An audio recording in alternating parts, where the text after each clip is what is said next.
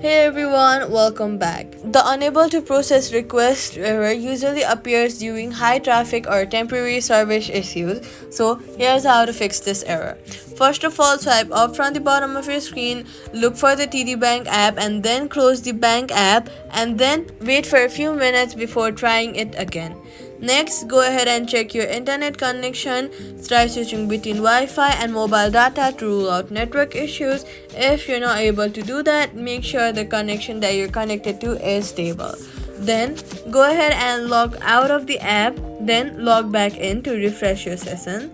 Next, head over to your app store, search for the TD Bank US and then make sure the app is updated to the latest version. Sometimes errors like this happen because you are using the outdated version of the app. Updating it ensures you have all the latest files and bug fixes, so make sure to update it. Now, if the error continues, try accessing your account through TD Bank's website. In most cases, this error clears on its own and the app works normally again, and that's it. Subscribe for more quick fixes.